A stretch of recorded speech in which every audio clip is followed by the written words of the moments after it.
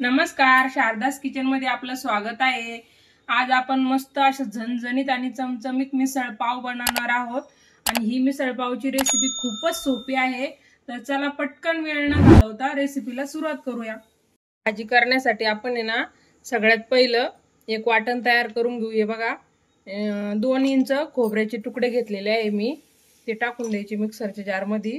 एक लसणाची कांडी आणि 1 इंच अद्रकीचा तुकडा घेतलेला आहे, तो पण टाकून द्यायचा। आणि आता आपल्याला पाणी न टाकता याचं वाटण तयार करून घ्यायचं आहे। हे बघा अशा पद्धतीने वाटण तयार करून घेतलेलं आहे। इथे एक कढई ठेवून घेतलेली आहे। आता कढईमध्ये ना 2 चमचे तेल घालून घेतलं।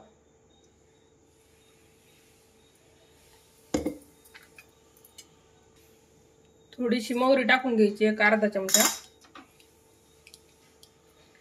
मोहरी चांगली तडतडून द्यायची।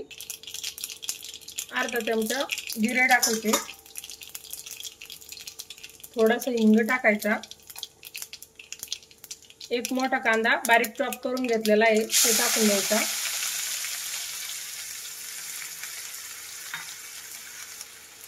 त्याला परतू द्यायचं। हलकासा कलर चेंज झाला पाहिजे। हे बघा थोडासा कलर चेंज झालेला आहे। आता हे वाटण तयार करून घेतलं होतं ना आपण, ते टाकून द्यायचं पूर्ण आणि याला मिक्स करून घ्यायचं। आता हे वाटण आणि टमाटे पण टाकायचे आपल्याला, तर टमाटे आणि वाटण आपण संगच परतून घेणार आहोत। एक टमाटर बारीक कट करून घेतलेला आहे। गॅस थोडा कमी करायचा। फुल गॅसवर आहे ना मसाले करपतात। सुके मसाले टाकून घेऊ। हळद टाकायची, 2 चमचे कांदा लसूण मसाला टाकायचा। काश्मीरी लाल मिर्च पावडर टाकायची 2 चमचे, छोटे चमचे भरून। ही जास्त तिखट नसते। आणि 1.5 चमचा इथं मी मिसळ मसाला टाकत आहे। हे बघा थोडंसं पाणी टाकायचं आणि आता आपल्याला ना हे मसाले चांगले परतून घ्यायचे, म्हणजे चांगले मस्त शिजून घ्यायचे। पाणी टाकल्यामुळे ना तेलाचं प्रमाण कमी टाकावं लागतं आणि मसाले व्यवस्थित परतले जातात। त्यामुळे थोडं पाणी टाकूनच असं मसाले परतून घ्यायचे। आता फक्त आपल्याला याच्यात मीठ ऍड करायचं आहे। चवीनुसार मीठ टाकून घेऊ। आणि याच्यामध्ये जर मीठ टाकलं ना तर मस्त टमाटे लवकर सॉफ्ट होतात आणि मिठाचं पण पाणी सुटतं ना, तर मसाले चांगले परतले जातात व्यवस्थित। तर आपल्याला असेच आता तेल सुटेपर्यंत मसाले चांगले परतून घ्यायचे। 2 मिनिट आपण झाकण पण ठेवणार आहोत कमी गॅसवर। 2 मिनिटं झालेले आहे, बघू आपण चेक करून। बघा आपल्या मसाल्यांना मस्त तेल सोडलेलं आहे, म्हणजे मसाले आपले व्यवस्थित परतले गेलेले आहेत। तर आता आपण 1 पाव मटकी मोड आलेली इथं धुवून स्वच्छ निसून घेतलेली आहे, ती टाकून द्यायची आणि छानपैकी मिक्स करून घ्यायचं। आता ही मटकी पण 2-3 मिनिटं चांगली मसाल्यामध्ये परतून घ्यायची, लगेच पाणी टाकायचं नाही। आता 2-3 मिनिटं असंच आपण खालीवर करून परतून घेऊया मसाल्यामध्ये।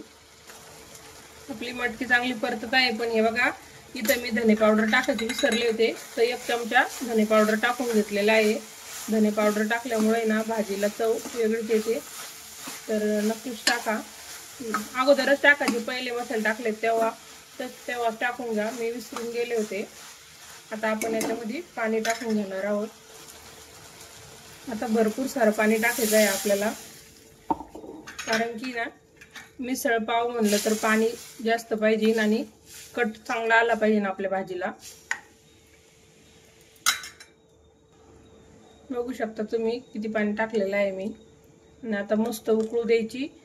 2 उकळी येऊस तर फुल गॅस ठेवूया आपण आणि उकळी आल्याच्या नंतर कमी गॅस करायचा आणि नंतर 5 ते 7 मिनिटं शिजू द्यायची। कोथिंबीर टाकून घेऊ।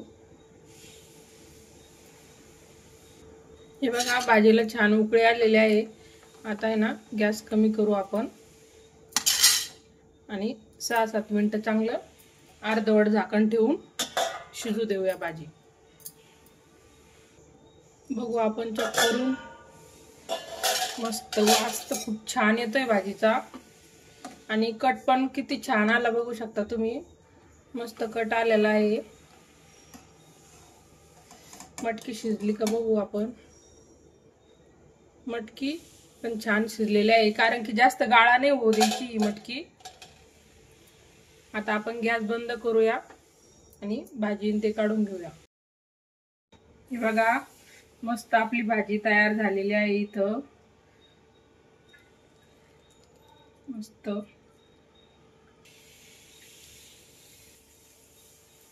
हे बघा असं मस्त शेवगा फरसाण घालून घ्यायचं. मस्त मिसळ तयार होते आपली.